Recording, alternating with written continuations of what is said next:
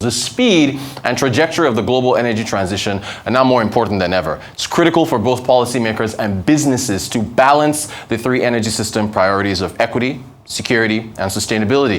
The Fostering Effective Energy Transition report from the World Economic Forum in collaboration with Accenture, now in its 14th edition, benchmarks energy system performance and readiness for the transition through the Energy Transition Index and provides insights across nations. We're happy to have Roberto Bocca, who is the head of Center for Energy and Materials and a member of the Executive Committee at the World Economic Forum. He joins us from Geneva. Good morning, Roberto, or good afternoon to you, rather. Thanks for joining us. So your report lists disruptions to the energy transition initiative. Can you speak to some of these disruptions? Thank you, and thanks for having me in the program. There are multiple, but let's mention three that are very critical and I think all of us can relate to. One is the element of geopolitical tension. Of course, in Europe, we have been affected particularly by the war in Ukraine, but the geopolitical tension went beyond that because the issue of energy security really become prominent. So that's one, geopolitical. Second one is the economic volatility we have seen with the post-COVID challenges and the supply chain disruption. Also, the interest rate going up quite significantly. This has created quite a lot of disruption in the energy system, and not only, of course. And the third one, technology shift. So the technological shift, when you think at artificial intelligence, with the opportunity to bring efficiency at higher speed and also the challenge sometimes to have more demand for energy. So these are three of the disruptions that are directly affecting the energy transition. Now, I want to take a look at the Energy Transition Index, specifically the top 10, which I think is led by the Nordic nations. So I believe, there's Sweden at the top. Their score is 78, followed by Denmark, followed by Finland, and then you've got Switzerland, where you are in Geneva, and then France jumping into the top 5, and then Norway, Iceland, Austria, Estonia, and the Netherlands. And I understand from the report that the average score actually increased over the last few years or so. What are they doing right? So some of the things that they're doing right is definitely they have this strong political commitment. There is really the commitment and the regulation to pick up on those. So that's one element. There is one element that is really the adoption of clean energy. If you look at how much clean energy has been implemented, if you like, in these countries. And there is a third one that is also speaking to why France stepped up in their ranking, since you mentioned them, is the energy efficiency. Economy have really to be more efficient, and I think this is one of the key indicators in our index, and we have seen many countries doing progress on that. And maybe the last piece I would mention is the carbon pricing as well. That is a critical element. With that said, it's good that we focus on the top 10, and they're mainly European or are European, but it's good to see that in the top 20 there is also China and Brazil.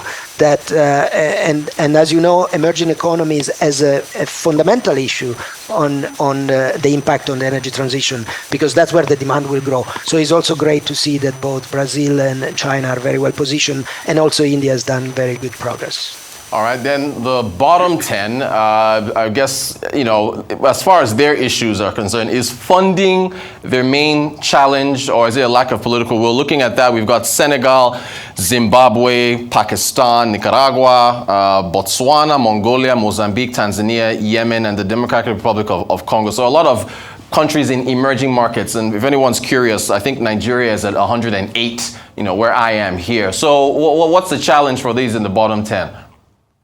Yeah, I mean, in a way, it's the reverse of that political will and stability, so the long-term view that then the investor can take, and the funding. And that's where I want to underline the importance of the funding, because there is a lot of funding going in the energy transition, but 90% that we have seen and the big growth is mainly in Western country and China.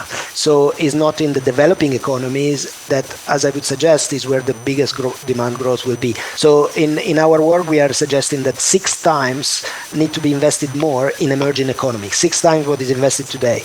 And indeed, some of the enabler of this is some stability and in the political, if you like, policy making, and also the perceived risk or taking away the perceived risk of some of these investments that unfortunately there is still present. Now, the report says the energy transition story is obviously not the same for every country. So can the global energy transition, move forward if the strategies within nations is fragmented? It is possible. There are things that are definitely national, and energy transition, every country, if you like, has a different setup, right? Has a different social condition, economic condition, and geography and endowment. So every transition is different in every country, but there are things that are common. There are things that are common, as I was suggesting earlier, having good policies. There are best practices out there where people can learn from each other to what works and what doesn't work, and then adapt to the local context. So the importance of investment is there everywhere, right? So there are indeed a different pathway, but it's important that there is this political willingness and the investment come and are directly in the space of transition. And again, for me, transition is not only transition to renewable energy, that is an important one. Everybody often talk about fossil fuel to renewable energy as a transition. This is only one part of it.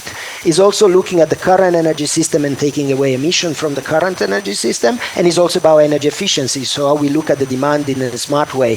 So energy transition is much more complex, is what you hinted at the beginning of the program, talking about the triangle. Energy has to achieve sustainability, but also affordability and also security. I'm glad you mentioned, yes, affordability as part of that trifecta. So I'm here in Nigeria. I recently got an estimate to get off the grid using solar panels. My estimate was about $7,000. I converted it from Naira to USD. How do emerging markets solve the financing issue in terms of how to stagger the cost of moving forward with this? Yeah, that's expensive. That's very expensive, and that's the key things. And that's why it's so important that we think in terms of energy efficiency, because the cost of unit of energy might well go up because of the growing demand. So we have to be smarter in the way we consume it. And so can we produce these things with 1 unit of energy instead of 2, just to say. But you're absolutely right that there is a challenge in terms of the cost, in particular in some places where there is a premium that is put. So that's why we are advocating for 6-time increase in investment in emerging economies, because that's where it matters. Now, Nico, so speaking of 6 times the investment, so the report points out that $1.8 billion was spent on global investments in energy transition. That's a 17% increase. So you're essentially saying that has to be what? Almost 7-8 billion? It has to be. Are you satisfied with that amount, or essentially that has to be 6x what that figure is? Yeah, it's 6x what is going in the investment. So today we are talking about $250-300 billion invested in emerging economies, and we are saying that has to be 6-fold. So effectively, what should go in the emerging economies is the same amount that last year went in all the energy system transformation. So it's a big jump, but that's what it takes, and that's where everybody has to put their hands into it, and is not anyone can be doing on his own, right? While the transition, as we said earlier, is specific to each country, is a collective challenge, because also technology that are developed can be spread, right? And so there is this opportunity that we are seeing. We have seen how hydrogen has come out, and there are a lot of conversation now also about how nuclear can be part of the solution. So it's not just, as I was saying earlier, it's not just a fossil fuel to renewable story. It's a much more comprehensive story, and definitely more needs to happen in the emerging economies. Thanks for that. Now, I do want to ask you about electrified transport. We got the big news, of course, that Volkswagen is going to invest $5 billion in U.S. electric car maker Rivian.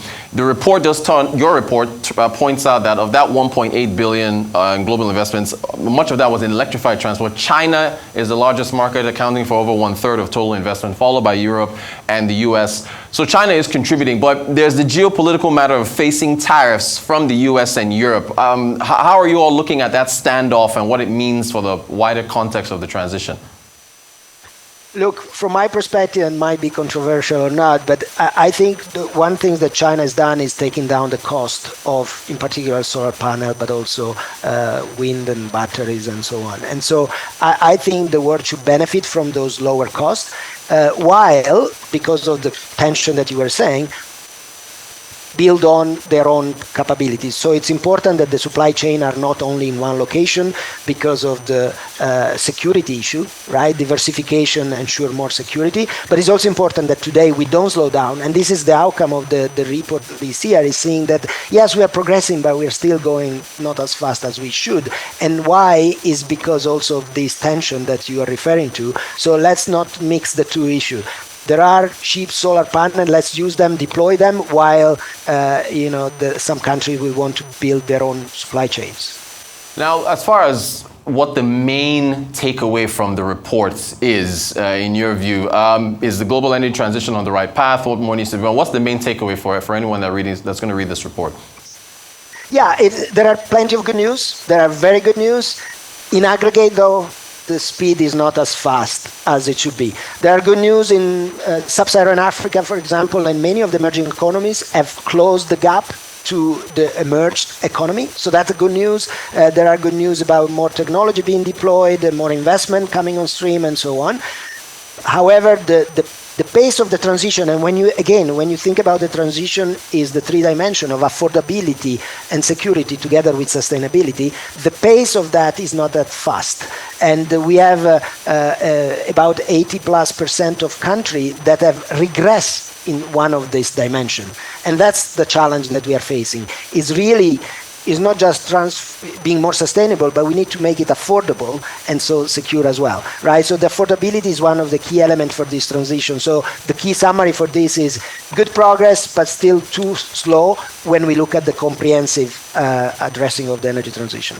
It's a great report. I really enjoyed reading it. Thank you so much for your time, Roberto Bocca, head of the Center for Energy and Materials, also a member here at the World Economic Forum at the board. Thank you so much. Appreciate your time.